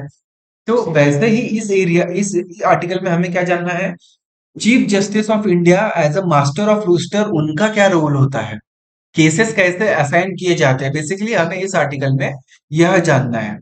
ठीक है, अब न्यूज में से हमें इशू सिलेक्ट करना है। आपको हमेशा याद रखना, न्यूज़पेपर ऐसे पढ़ो कि इशू बेस्ड हो। ठीक है, जो बोला गया है उस पर ज्यादा ध्यान मत दो, आप इशू देखो कि क्या पूछा गया है। अब देखो, रूस्टर बेसिकली क्या होता है, मास्टर ऑफ रूस्टर यह बोला जाता है। यह बेसिकली प्रिविलेजेस होते हैं चीफ जस्टिस ऑफ इंडिया के। वह जो चीफ जस्टिस ऑफ इंडिया होता है उसको बोला जाता है मास्टर ऑफ रूस्टर। वह कॉन्स्टिट्यूट करता है बेंचेस को to hear the cases. For example अलग अलग केसेस फाइल किए जाते हैं सुप्रीम कोर्ट में। अब कौन सा जज कौन सी केस को सुनेगा, यह कौन डिसाइड करता है, मास्टर ऑफ रूस्टर कौन है, चीफ जस्टिस ऑफ इंडिया, तो वह डिसाइड करेगा। वह अलग अलग बेंचेस को केसेस अलोकेट करेगा कि आप यह केसेस को सुनो। ठीक है, now chief justice of India हो या तो चीफ जस्टिस ऑफ कोई भी हाई कोर्ट हो, ठीक है, जो हेड करता है एडमिनिस्ट्रेटिव साइड। बेसिकली क्या होता है, जो चीफ जस्टिस ऑफ इंडिया होता है वह जो एडमिनिस्ट्रेटिव साइड होता है जुडिशरी का, उसको हेड करता है। और कोई भी जो जज है वह मैटर अपने हाथ में नहीं ले सकता है अनलेस अगर उसको चीफ जस्टिस ऑफ इंडिया जो है वह केस एलोकेट करे कि आप यह केस सुनो ना। अब जो सुप्रीम कोर्ट है उसकी एक रूल बुक होती है। ठीक है, handbook on practice and procedure and office procedure, यह एक बुक है। उसका रूल है रूल 29। यह बोलता है कि जो रजिस्ट्रार है यह रोस्टर को प्रिफर को तैयार करेगा under the direction of the chief justice of India. ठीक है, और जो स्टेट हाई कोर्ट है होता है उसमें जो chief justice of state high court है वह प्रिपेयर करता है इस वह बेसिकली डिसाइड करता है कि कौन जज कौन से केसेस को सुनेगा। ठीक है, अब क्या होता है, बहुत सारे अलग अलग केसेस फाइल किए जाते हैं। कुछ केसेस होते हैं पब्लिक इंटरेस्ट लिटिगेशन के होते हैं, कुछ कुछ टैक्सेशन से रिलेटेड होते हैं, कुछ सर्विस मैटर से रिलेटेड होती है, कुछ क्रिमिनल्स केसेस होते हैं। तो ऐसे अलग अलग केसेस अलग अलग बेंचेस को आप एलोकेट करते हो। ठीक है, अब CJI जो होता है चीफ जस्टिस ऑफ इंडिया, उनके पास राइट होता है कि वो जो सेंसिटिव केसेस है वह स्पेसिफिक बेंचेस को अलॉकेट करे। ठीक है, और वह डायरेक्शन भी दे सकते हैं कि आप एक लार्जर बेंच कंस्टिट्यूट करो, क्योंकि कोई भी केस बहुत सेंसिटिव है तो आप एक लार्जर बेंच भी बना सकते हो। ठीक है, now Can Chief Justice be the part of the hearings in the scandal allegedly implicates the judgment the CGI wrote even though he was not? देखो क्या होता है, क्या सीजीआई खुद के खिलाफ अगर कोई केस चल रहा है तो वह उसको सुन सकता है, हियर कर सकता है, क्या उस पर जजमेंट पास कर सकता है? देखो, नेमो जुडेक्स इन कॉजा सुआ, यह बेसिकली एक टर्म है। यह क्या बोलता है कि कोई भी जज अपने खुद के केसेस में जज नहीं बनेगा। यह एक चीज आपको याद रखनी है। ठीक है, वह खुद का केस हियर नहीं कर सकता है। पर पास्ट में कई बार हम देखते हैं कि जजेस जो है जिसमें वह इनडायरेक्टली इन्वॉल्व है तो भी वह केस सुन रहे हैं। दिक्कत यह है। ठीक है, अब यह सारी चीजें बेसिकली हमें इसमें जाननी थी। ठीक है, तो ओके, तो अब हम नेक्स्ट आर्टिकल पे मूव करेंगे। अब ये जो आर्टिकल है बेसिकली इसराइल और पैलेस्टीन के बीच के बारे में। देखो, इसराइल ने क्या किया, बॉम्ब किया है गाजा। क्यों? क्योंकि जो रिफ्ट है विद द यूएस वो वाइडन हो रही है और ओवर द सिविलियन कैजुअलिटीज। अब इसराइल क्या कर रहा है, बहुत ज्यादा बॉम्बिंग कर रहा है जिसके वजह से काफी ज्यादा मौतें हो रही है गाजा। और अभी एक रेजोल्यूशन भी पास हुआ है रिसेंटली जिसमें यह बोला, जिसको इंडिया ने भी सपोर्ट किया था, कि अब क्या करो, आप अब सीज फायर करो। ठीक है, अब आप यह कॉन्फ्लिक्ट को खत्म करो। ठीक है, इसके लिए एक यूनाइटेड नेशन सिक्योरिटी काउंसिल में जो एक रेजोल्यूशन मूव किया गया था उसको इंडिया ने भी सपोर्ट किया था और लगभग फोर्थ फिफ्थ मेजोरिटी से वह रेजोल्यूशन पास हुआ। तो बेसिकली हमें इस आर्टिकल में जानना है इसराइल और पैलेस्टाइन का क्या कॉन्फ्लिक्ट है, हमास क्या है जिसकी वजह से बेसिकली यह सारी चीजें हो रही है। देखो, अब ये देखो, जैसे आप यहाँ पे देख पा रहे हैं, अब ये देखो, यह है इसराइल वाला रीजन। ठीक है, यह है इसराइल। अब उसको कौन सी कंट्री, अब देखो जो आपको एग्जाम में पूछा था मैं उसी पर्सपेक्टिव से पढ़ाऊंगा। यह है इसराइल, उसके वेस्ट में क्या है, मेडिटेरेनियंस। ठीक है, उसके नॉर्थ में है लेबनन, लेबनान नाम का देश। यहाँ से हिजबुल्ला जो है वह ऑपरेट करता है, जिसने इसराइल पे मिसाइल दागे थे। ठीक है, जब यह कॉन्फ्लिक्ट स्टार्ट हुआ था। यह है मेडिटेरेनियन सी। ठीक है, वेस्ट में। अब उसकी देखो, लेबनान के जस्ट बाजू में आपको सीरिया दिखता है। ठीक है, जहाँ पे काफी लंबे समय से ह्यूमैनिटेरियन क्राइसिस चल रहा है, कॉन्फ्लिक्ट चल रहा है। आईएस जो है इस्लामिक स्टेट वहां से ऑपरेट कर रहा था। ठीक है, अब उसके जस्ट नीचे आप देख सकते हो यह जॉर्डन है। ठीक है, और उसके जस्ट थोड़ा साइड में आप देख सकते हो ये इजिप्ट वाला एरिया है। इजिप्ट जहाँ पे सिनाई पेनिनसुला जो है ना, ये इजिप्ट वाला एरिया। तो कौन कौन सी कंट्री बॉर्डर करते हैं इसराइल को? लेबनान, सीरिया, इराक, नहीं सॉरी, लेबनान, सीरिया, जॉर्डन और इजिप्ट। ठीक है, ये जो चार कंट्रीज है, एक दो तीन चार, यह बॉर्डर कर रही है किसको? इसराइल। ठीक है, अब ये जो आप एरिया देख पा रहे हो यह है गाजा स्ट्रिप वाला एरिया, जहां पे अभी पूरी लड़ाई चल रही है, गाजा स्ट्रिप। ठीक है, और यह है वेस्ट बैंक वाला एरिया। ठीक है, ये दो लोकेशन है जहाँ पे पैलेस्टीनियन पॉपुलेशन रहती है। ठीक है, अब ये मैप के थ्रू अब आपको थोड़ा और अच्छे से समझेगा जब मैं यह आपको आर्टिकल अब एक्सप्लेन करता हूँ। देखो, अब क्या होता है, जो हिस्ट्री है इजराइल की उसमें क्या है, जूस को तो through out the history persecute किया जा रहा था, मारा जा रहा था। ठीक है, 1897 में जूस ने एक मूवमेंट स्टार्ट करता है जिसका नाम था ज्यूनिस्ट मूवमेंट। ठीक है, और एक वर्ल्ड सियोनिस्ट ऑर्गेनाइजेशन भी बनती है। वह एडवोकेट करती है कि एक जूइश लैंड, होमलैंड होना चाहिए। कहाँ पे? पैलेस्टाइन में। यानी ये जो पहले एरिया था ये पूरा का पूरा पैलेस्टाइन वाला एरिया था। पर जुआनिस्ट मूवमेंट में यह बोला गया कि एक ज्यूस का एक होमलैंड होना चाहिए जो पैलेस्टीन के अंदर होगा। ठीक है, ज्यूइश होमलैंड। और क्या होता है, बहुत सारे जूस जो है पैलेस्टीन में आके बसने लगे। ठीक है, अब 1916 में क्या होता है, पैलेस्टीन जो है वह ब्रिटिश के कंट्रोल में आता है साइक्स पिकॉट एग्रीमेंट के तहत। बेसिकली ये जो साइक्स पिकॉट एग्रीमेंट था वर्ल्ड वॉर टू के वक्त, क्या था, ये एक सीक्रेट एग्रीमेंट था ब्रिटेन और फ्रांस के बीच में। ठीक है, जिसकी वजह से क्या होता है, एक जो ऑटोमन एम्पायर है, बेसिकली जो टर्किश एम्पायर है, उसका ब्रेक होता है। ठीक है, अब क्या होता है, बैल्फोर डिक्लेरेशन होता है। अब बैल्फोर डिक्लेरेशन में जो ब्रिटिश फॉरेन सेक्रेटरी थे, बैल्फोर, वह एग्री करते हैं कि एक एस्टेब्लिशमेंट होना चाहिए ज्यूइश होमलैंड। ठीक है, जब नाजीज जो है जर्मनी में वह पावर गेन करते हैं 1930s में, तो जूइस का जो इन्फ्लक्स था पैलेस्टाइन में बहुत ज्यादा बढ़ गया था, बहुत ज्यादा माइग्रेशन बढ़ गया था। ठीक है।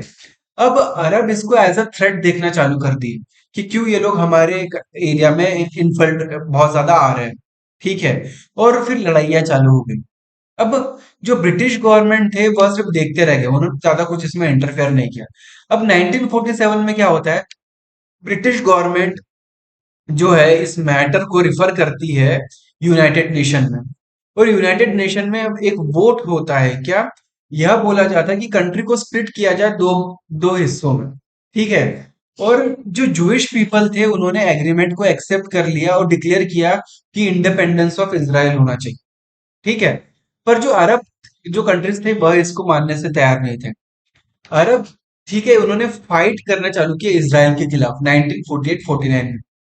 1948 में अरब स्टेट जो था इजिप्ट, इसके अलावा जॉर्डन, इराक और सीरिया, कौन कौन से, इजिप्ट, जॉर्डन, इराक और सीरिया, जैसा मैंने अभी आपको मैप में भी दिखाया था, उन्होंने वॉर डिक्लेयर कर दी इसराइल के खिलाफ। ठीक है। अब यह जानना इंटरेस्टिंग है कि इंडिया अपोज करता था यूएन के रेजोल्यूशन को, और गांधी जी जो थे उन्होंने बोला कि यह क्राइम है अगेंस्ट द ह्यूमैनिटी। पर इंडिया ने रिकॉग्नाइज कर लिया इसराइल को 1950 में। ठीक है। अब वॉर जब खत्म होती है इसराइल और अरब स्टेट्स के बीच में, तब क्या होता है, इसराइल क्या होता है, जीत जाता है। और क्या होता है, लार्ज नंबर ऑफ जो पैलेस्टीनियन पॉपुलेशन थी उनको भागना पड़ जाता है इसराइल से, और रेफ्यूजी कैंप्स जो है वहां पे वह बसना पड़ता है। अब जो बिगनिंग में क्या था, जो ये जो पैलेस्टीन की जो रेफ्यूजी क्राइसिस था, अब इससे क्या हुआ, एक टेररिस्ट ऑर्गेनाइजेशन का क्रिएशन होता है जिसका नाम है पीएलओ, पैलेस्टाइनियन लिबरेशन ऑर्गेनाइजेशन। यह बनती है 1964 में। अब जो इजराइल थे वह फाइट कर रहे थे अरब कंट्रीज के खिलाफ। ठीक है। 1967 में इजराइल क्या करता है, इजराइल एक प्रिएम्प्टिव स्ट्राइक लॉन्च कर देता है इजिप्ट के खिलाफ, सीरिया के खिलाफ और जॉर्डन के खिलाफ। और एक 6 डे वॉर होती है जिसमें अब क्या होता है, इजराइल कैप्चर कर लेता है गोलन हाइट सीरिया से, वेस्ट बैंक और ईस्ट जेरूसलम जॉर्डन से, और सिनाई पेनिनसुला और गाजा स्ट्रिप इजिप्ट से। अब ये देखो, यह है वेस्ट बैंक वाला एरिया। ठीक है, ये वेस्ट बैंक जॉर्डन से कैप्चर कर लिया। ये सीरिया से गोलन हाइट वाला एरिया कैप्चर कर लिया। ठीक है। ये सिनाई पेनिनसुला इजिप्ट से कैप्चर कर लेता है इसराइल। ठीक है, जब 1967 में जो वॉर होती है ना। अब बेसिकली क्या होता है, गाजा और वेस्ट बैंक है बेसिकली यह एक ऑक्युपाइड टेरिटरी है। ठीक है। अब यूएन चार्टर क्या बोलता है कि आप जो है सिनाई पेनिनसुला को रिटर्न करो। ठीक है। अब यूएन चार्टर जो है इसके तहत कोई भी जो टेरिटोरियल गेन जो है आप वॉर के बाद नहीं कर सकते हो। भले ही अगर आप अपने सेल्फ डिफेंस में एक्ट कर रहे हो, पर अगर वॉर होती है, अगर आप कोई टेरिटरी को एक्वायर कर लेते हो, तो उस टेरिटरी को आप लॉफुली क्लेम नहीं कर सकते हो। दे तो फिर क्या होता है, 6 डे वॉर के बाद यूनाइटेड नेशन सिक्योरिटी काउंसिल एक रेजोल्यूशन अडॉप्ट करते हैं। ठीक है। और क्या बोलते हैं, इस रेजोल्यूशन का नाम था लैंड ऑफ पीस। और यह मैंडेट किया जाता है कि इसराइल ने जो भी कैप्चर्ड एरिया है डिफीटेड नेशन का, उसको वापस करना चाहिए। अब इसके बाद और एक वॉर होती है, योम किरपुर वॉर। अब क्या होता है, इसराइल रिलेक्टेंस था कि वह अपनी कैप्चर टेरिटरी को रिटर्न करे। तो और एक इसराइल अरब वॉर हो जाती है 1973 में, जिसमें इसराइल को थोड़े पहले सेटबैक्स थे पर बाद में काफी वो जीत जाता है। अब होता है कैंप डेविड अकॉर्ड। 1979 में इसराइल और इजिप्ट एक पीस ट्रीटी साइन करते हैं। इसके तहत इसराइल जो है सिनाई पेनिनसुला वाला एरिया जो है इजिप्ट को रिटर्न कर देता है, और इजिप्ट जो है वह पहला नेशन, अरब नेशन बनता है जो रिकॉग्नाइज करता है इसराइल को एज अ स्टेट। अब हमास क्या है, देखो 1987 में हमास, यह एक मिलिटेंट ग्रुप था इस्लामिक वाला। ठीक है। For the liberation of the Palestine यह बनता है। ठीक है। अब यह रिफ्यूज करता है रिकॉग्नाइज करने के लिए क्या, कोई इसराइल एज अ कंट्री। इसको सपोर्ट मिलता है ईरान और सीरिया से। ठीक है। और इसके अलावा क्या होता है, फतह जो एक फैक्शन है पीएलओ का, यह बनता है अंडर यसीर अराफात। इसको मिलता है सपोर्ट वेस्टर्न नेशन से। ठीक है। अब इंटीफाडा बेसिकली क्या है, अब क्या है देखो, इंटीफाडा जब टेंशन थे इसराइल और पैलेस्टीन के बीच में, ये एस्केलेट हो जाते हैं। इसराइल क्या करता है, अपने सेटलमेंट को वेस्ट बैंक वाला जो एरिया है अभी जो मैंने बताया था, और गाजा स्ट्रिप में बढ़ा देता है, जिसकी वजह से एक सिविल वॉर हो जाती है जिसको इंटिफाडा बोलते हैं। फिर अब इसके बाद हम जानेंगे ऑस्लो पीस अकॉर्ड क्या है। जब यूएस और रशिया मेडिएट करता है, बीच में आता है 1993 में, तो इसराइल और पैलेस्टीनियन लिबरेशन ऑर्गेनाइजेशन यह एक ऑस्लो पीस अकॉर्ड साइन करती है। और यह क्या बोलता है, टू स्टेट सोल्यूशन के बारे में बात करता है। जो पैलेस्टाइन लिबरेशन ऑर्गेनाइजेशन वह रिकॉग्नाइज करती है इसराइल को। इसराइल एग्री करता है कि एक इंडिपेंडेंस, किसको, ऑक्युपाइड टेरिटरी को, पर जो टेरिटरी थी वह इसराइल के ही पोजीशन में रही। ठीक है। अब अब देखो, अब आगे हम कैसे जानेंगे। देखो, जो फतह है, फतह नाम का जो दो ग्रुप थे ना, अब ये जो फतह है वह वेस्ट बैंक वाला ये जो एरिया वहां पे कंट्रोल करता है। और जो हमास है, हमास, वह कंट्रोल करता है गाजा स्ट्रिप वाले एरिया को। ठीक है। यह सारी चीजें आपको जाननी है। और अभी अटैक कहाँ हो रहा है, गाजा स्ट्रिप। इसलिए आप देखते हो कि हमास हमास कई बार आपको न्यूज में देखने मिलता है। तो बेसिकली हमास कंट्रोल करते हैं गाजा स्ट्रिप वाले एरिया। ठीक है। अब इसके अलावा हम देखो, अब हम क्या जानेंगे। 2006 में क्या होता है, हमास जो है पैलेस्टीनियन इलेक्शन जीत जाते हैं। और फतह और हमास, ये जो दो पॉलिटिकल ग्रुप है, इनमें टेंशन बढ़ जाता है। जिसकी वजह से क्या होता है, फिर अब हमास अपना रूल एस्टेब्लिश करता है गाजा में, और फतह एस्टेब्लिश करता है अपना रूल वेस्ट बैंक वाले एरिया। ठीक है। अब यह सारी चीजें थी। अब इसराइल को बेसिकली क्या चाहिए, इसराइल को चाहिए कि जेरूसलम पे उनपे सोवरेनिटी होनी चाहिए। और आप रिकॉग्नाइज करो कि जो इसराइल है एज अ जूइश स्टेट। ठीक है। अब जेरूसलम, ठीक है, अब जेरूसलम ये जो सिटी है यह बॉर्डर पे है, यहाँ पे इसराइल और वेस्ट बैंक। ठीक है। यहाँ पे बहुत सारी होलियस्ट साइट्स है जो बोथ जुदाइज्म और इस्लाम के लिए होली है। ठीक है। अब कहीं ना कहीं देखो, आज भी कहीं ना कहीं जो इंडिया भी सपोर्ट करता है कि जो बेस्ट सोल्यूशन है वो टू स्टेट सोल्यूशन ही है। ठीक है, कि आप पैलेस्टाइन और इसराइल के दो अलग अलग नेशन बना दो। ठीक है। तो यह सारी चीजें थी यहाँ पे जानने के लिए। ओके। अब बस इतना ही था बेसिकली इस आर्टिकल में जानने के लिए। और एक चीज मैं आपको बता दूं, ये देखो, कई बार आप सुनते होंगे कि इजिप्ट से होते हुए रिलीफ वर्क जा रहा है गाजा में। जो भी ह्यूमैनिटेरियन रेड है वह जारी है इजिप्ट से, इजिप्ट के बॉर्डर के थ्रू गाजा में, और वह हो रही है रफा क्रॉसिंग। तो जो रफा क्रॉसिंग वाला जो एरिया है बेसिकली ये है जो इजिप्ट और गाजा के बीच में है। ये वाला एरिया, वहां से ह्यूमैनिटेरियन एड पास हो रही है। ठीक है। और इस वजह से क्या हो रहा है, हमास और इसराइल का कॉन्फ्लिक्ट हो रहा है। हमास ने क्या हुआ था, अक्टूबर 7 के अराउंड इसराइल की जो टेरिटरी है वहां पे अटैक किया था। लगभग 7,000 इसराइली लोग मारे गए थे। फिर उसमें क्या हुआ था, इसराइल ने रिटालिएटरी अटैक किया था। और अभी तो काफी ज्यादा सबको पता ही होगा कि काफी ज्यादा मैसाकर चल रहा है बेसिकली। ठीक है। गाजा स्ट्रिप वाले एरिया। ओके। अब आज का जो लास्ट आर्टिकल है वो बेसिकली है कॉन्फ्रेंस ऑफ पार्टीज 28। अब बेसिकली क्या होता है, united nation framework convention on the climate change. अब इनकी क्या होती है, 28वीं मीट होती है कॉन्फ्रेंस ऑफ पार्टीज 28। कहाँ पे, यूएई, दुबई। और क्या होता है, कुछ ड्राफ्ट प्रपोजल किए जाते हैं।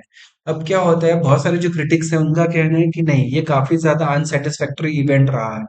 ठीक है। अब बेसिकली क्या होता है, 2000, अब ये जो कॉन्फ्रेंस ऑफ पार्टीज 28 जो दुबई में होती है, उसने क्या बोला है, एक ग्लोबल स्टॉक टेक। ठीक है। अब इसमें क्या होगा, एक 5 ईयरली ग्लोबल स्टॉक टेक होगा with respect to the goals. देखो, अब क्या होता है, पेरिस एग्रीमेंट होता है, कॉन्फ्रेंस ऑफ पार्टीज 21 2015 में पेरिस एग्रीमेंट होता है। इसके तहत कुछ नेशनली डिटरमाइंड कंट्रीब्यूशन होता है कि हम एक लेवल तक 2030 तक, फॉर एग्जांपल, हम इस लेवल तक अपने कार्बन जो कार्बन डाइऑक्साइड का इमिशन है, ग्रीन हाउस गैस का जो इमिशन है, उसको हम कम करेंगे, ऐसा बोला जाता है। अब उस पे क्या प्रोग्रेस वगैरह हुआ है, क्या हुआ है, तो उसका स्टॉक टेक लिया जाएगा। तो अब क्या होता है, first 5 yearly global stock take होता है with respect to the goals which are set under in the Paris agreement. ठीक है। अब जो ग्लोबल स्टॉक टेक है वह क्या क्या कवर करेगा, मिटिगेशन, एडाप्टेशन, फाइनेंसिंग और other supports to the developing countries, for which a report of technical deliberation prepare की गई है। यानी बेसिकली इसमें देखा जाएगा कि कितना मिटिगेशन हुआ है, कितना आपने पोल्यूशन, ग्रीन हाउस गैसेस को, इमिशन को कंट्रोल किया है, कितना आपने एडाप्टेशन कैपेबिलिटीज जो है कंट्रीज को, उनको इम्प्रूव किया है ताकि वो जो क्लाइमेट चेंज रिलेटेड इवेंट से है लड़ सके। कितनी डेवलप कंट्रीज ने डेवलपिंग कंट्रीज को फाइनेंशियल असिस्टेंस प्रोवाइड किया है। ठीक है, अब यह सारी चीजें ग्लोबल स्टॉकटेक में देखी जाएगी। अब ग्लोबल स्टॉकटेक रिव्यू जो है, इसके बेसिस पे जो जो अभी कॉन्फ्रेंस ऑफ पार्टीज 28 में हुआ था, कंट्रीज उनको रिक्वायर्ड होगा कि वो सबमिट करें क्या, इमिशन रिडक्शन टारगेट को 2025 तक। ठीक है, जो कंट्रीज है 2025 तक उनको अपना एक इमिशन रिडक्शन टारगेट को सबमिट करना पड़ेगा। क्यों? क्योंकि वो फाइनलाइज कर सके कॉन्फ्रेंस ऑफ पार्टीज 30। ठीक है, अब जो ग्लोबल स्टॉकटेक इनपुट है, रिपोर्ट यह कन्वे करते हैं जो ऑलरेडी हमें पता ही है। जैसे कि क्या, अब ग्लोबल टेम्परेचर जो राइज इन टेम्परेचर हो रहा है, वह 1.5 डिग्री तक हमें लिमिट कर रहा है as compare to the pre industrial level. पर क्या हो रहा है, टेम्परेचर बढ़े जा रहा है। क्यों? क्योंकि हम बहुत ज्यादा इमिशन कर रहे हो, क्लाइमेट चेंज हो रहा है। ठीक है, जो ग्लोबल एवरेज जो टेम्परेचर वह ऑलरेडी काफी 1 डिग्री तक तो ऑलरेडी रेज कर ही चुका है। ठीक है, और क्या हो रहा है, और इसके चलते क्या हो रहा है, बहुत ज्यादा हीट वेव्स हो रहे हैं, ड्रॉट्स हो रहे हैं, फॉरेस्ट फायर हो रही है, फ्लड्स हो रहे हैं, एक्सट्रीम रेनफॉल के इवेंट हो रहे हैं। ठीक है, साइक्लोनिक कंडीशंस हो रही है। ठीक है, जो ग्लेशियर की जो आइट है वह मेल्ट हो रही है, सी लेवल बढ़ रहा है। इसलिए क्या है, ग्रीन हाउस गैस के इमिशन को रोकना बहुत ही ज्यादा इंपॉर्टेंट हो गया है अगर हमें क्लाइमेट चेंज से लड़ना है तो। अब जो फॉसिल फ्यूल है यह रिस्पॉन्सिबल है 75% of the green house gas emission और 90% of the carbon dioxide emission. अब कॉन्फ्रेंस ऑफ पार्टीज 28 में फॉसिल फ्यूल को एलिमिनेट करने के लिए काफी ज्यादा बातें की गई। यह बोला गया कि हम फॉसिल फ्यूल फ्यूल को कंप्लीटली फेज आउट करेंगे, पर वह हो नहीं पाया। ठीक है, अब और यह पहली बार हुआ है ऐसा। ठीक है, अब कॉन्फ्रेंस ऑफ पार्टीज 28 में जो प्रेसिडेंट थे, बेसिकली सुल्तान अल जबेर, वह यूएई के एक्चुअली मिनिस्टर भी है, और जो ऑयल कंपनी है, जो वर्ल्ड की जो 12वीं सबसे बड़ी ऑयल कंपनी है, उसके वो चेयरमैन भी है। ठीक है, तो उन्होंने बेसिकली इसमें स्टार्टिंग में क्या क्लेम किया था कि कोई साइंस नहीं है कि अगर हम फॉसिल फ्यूल को का जो फॉसिल फ्यूल को कट कर देंगे तो क्लाइमेट चेंज रुक जाएगा, इसके पीछे कोई साइंस नहीं है, ऐसे उन्होंने बोला था। पर क्या ऐसा है? ऐसा बिल्कुल नहीं है। ठीक है, अब फॉसिल फ्यूल कंपनी का जो है धीरे धीरे क्या हो रहा है, इन कॉन्फ्रेंस ऑफ पार्टीज में जो क्लाइमेट से रिलेटेड जो कॉन्फ्रेंसेस होती है उनमें उनका प्रेजेंस बढ़ रहा है और वह अपने भी कंसर्न्स रख रहे हैं। ठीक है, अब क्या हो रहा है देखो, हम चाहते हैं कि एक 1.5 डिग्री तक जो राइज इन टेम्परेचर है by the end of the century हम उसको लिमिट कर दे, बस उससे ज्यादा हम टेम्परेचर बढ़ने देना नहीं चाहते हैं। ठीक है, अब पर उसके लिए बहुत रैपिड और एक्शंस लगेंगे, जैसे कि हमको 2030 तक 43% ऑफ द इमिशन जो है उसको कम करना पड़ेगा। जितना भी इमिशन हो रहा है पूरे दुनिया में, अब 43% तक हमको उस इमिशन को, जो ग्लोबल ग्रीन हाउस गैस का इमिशन है, उसको कम करना पड़ेगा 2030 तक। और 2035 तक, 2035 तक हमें 60% तक जो ग्लोबल ग्रीन हाउस गैस का इमिशन है उसको कम करना पड़ेगा एज कंपेयर टू 2019। 2019 में फॉर एग्जांपल 100 यूनिट का इमिशन हो रहा था, तो 2035 तक हमें उसको कट करके 40 तक ही लाना है, यानी 60% कट करना है। ठीक है, और 2030 तक उसको 43% तक कट करना है, 43% तक। ठीक है, अब इनिशियल जो टेक्स्ट ड्राफ्ट किया गया था, अब उसमें काफी ज्यादा मिक्स रिस्पांस थे। क्यों? क्योंकि उसमें ऐसा बोला था कि हम पूरा फेज आउट ही करेंगे, पर नहीं, ऐसा नहीं हो पाया। क्यों? क्योंकि जो बहुत सारी गल्फ कंट्रीज है वो नहीं चाहती कि फेज आउट हो जाए फॉसिल फ्यूल का, क्योंकि इकोनॉमी इस पे डिपेंड है। तो क्या हुआ, फेज डाउन की बात, phase down of the fossil fuel. अब इसमें भी क्या, कुछ ऑप्शन दिए गए आप पे कि आप इमिशन रिडक्शन करने के लिए आप अपने हिसाब से स्टेप लो। ठीक है, अब बेसिकली इसमें और भी जैसे इंपॉर्टेंट चीज है, जैसे कि डेवलपिंग कंट्रीज को फाइनेंशियल असिस्टेंस देगी, इसकी तो ज्यादा कोई बात ही नहीं हुई है। कि डेवलप्ड कंट्रीज है जो रिस्पॉन्सिबल है इमिशन के लिए, वो डेवलपिंग कंट्रीज को फाइनेंशियल असिस्टेंस देगी, पर इसकी कोई बात नहीं हुई। जो स्मॉल आइलैंड स्टेट्स थे, जैसे कि सोलोमन आइलैंड हो गए, या फिर जो अफ्रीकन कंट्रीज थे, उन्होंने तो यह बोल दिया कि जब तक इसका एक पर्टिकुलर सोल्यूशन नहीं होता है तब तक हम इस कॉन्फ्रेंस से जाएंगे ही। उन्होंने तो यह बोल दिया था। इवन यूरोपियन यूनियन ने बोला था कि नहीं, आपको एक स्ट्रॉन्ग एक्शन लेना चाहिए ताकि 1.5 डिग्री सेल्सियस तक टेम्परेचर जो राइज हो रहा है वह हमें लिमिट करना। ठीक है। नाउ अब क्या है, हमें transition away from the fossil, अब ये देखो हम क्या चाहते हैं, फेज आउट हो जाए फॉसिल फ्यूल का, टोटली फॉसिल फ्यूल बैन हो जाए, पर ऐसा नहीं हो पाया। तो ड्राफ्ट में क्या बोला गया, transitioning away from the fossil fuel, यानी हम धीरे धीरे करके हम फॉसिल फ्यूल से दूर जाएंगे। पर ये क्या धीरे धीरे वाले एक्शन से क्या क्लाइमेट चेंज कम हो पाएगा? जो क्लाइमेट चेंज से रिलेटेड जो इवेंट हो रहे हैं क्या वो कम हो पाएंगे? नहीं, वो तो और भी बढ़ते रहेंगे। ठीक है। अब इसके अलावा क्या है, ये देखो ड्राफ्ट ने क्या बोला था, कंसर्न। अब देखो जो अर्लियर कमिटमेंट थे, यह बोला गया था कि 2020 तक हम हर साल लगभग $100 बिलियन कंट्रीब्यूट करेंगे मिटिगेशन एडाप्टेशन के लिए।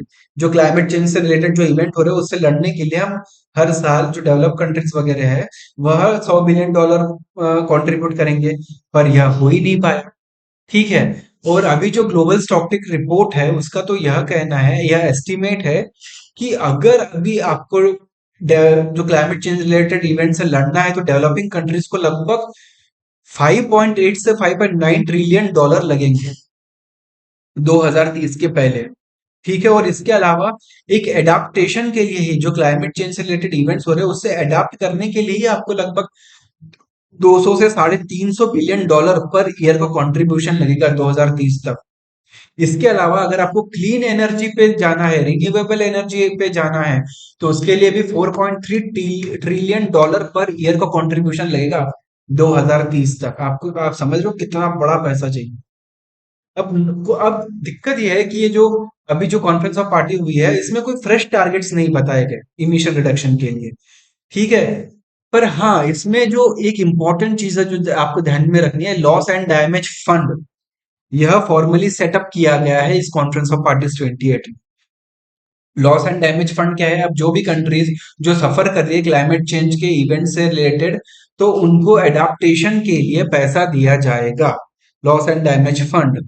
ठीक है। और इसके लिए 470 मिलियन डॉलर भी दिए गए थे। ठीक है। अब बहुत सारे कंट्रीज है जो उन्होंने अपना डिससेटिस्फेक्शन दिखाया है, जैसे कि स्मॉल आइलैंड कंट्रीज, जैसे कि देख समोआ हो गया, जैसे कि अफ्रीकन कंट्रीज हो गया। उन्होंने बोले कि इस कॉन्फ्रेंस ऑफ पार्टीज 28 में आपने तो कुछ ज्यादा अचीव ही नहीं किया है। और इसमें कहीं ना कहीं डेवलप कंट्रीज को भी दोष दिया जा रहा है, क्योंकि वह फाइनेंशियल कंट्रीब्यूशन देने को तैयार ही नहीं हो रहे हैं। ठीक है। और और बहुत सारी कंट्रीज जो है अपना क्या है, वह फॉसिल फ्यूल को भी कट करने के लिए तैयार नहीं है। ठीक है। अब जो कॉन्फ्रेंस ऑफ पार्टीज 28 का जो डिक्लेरेशन है, अब जो पहले प्रॉब्लम था वह वैसे के वैसे ही रह गया, कुछ प्रॉब्लम सॉल्व ही नहीं हुआ। ना ही अपने आपने कोई रोड मैप बनाया कि 2025 तक आप किस तरीके से क्या करोगे, आप जो इमिशन है उसको रिड्यूस करोगे, इसके बारे में भी कोई बात नहीं की। तो यह सारी चीजें इस आर्टिकल में थी इंपॉर्टेंट। ओके, तो आज के लिए इतना ही है। मिलते हैं नेक्स्ट सेशन में। Thank you, have a nice day.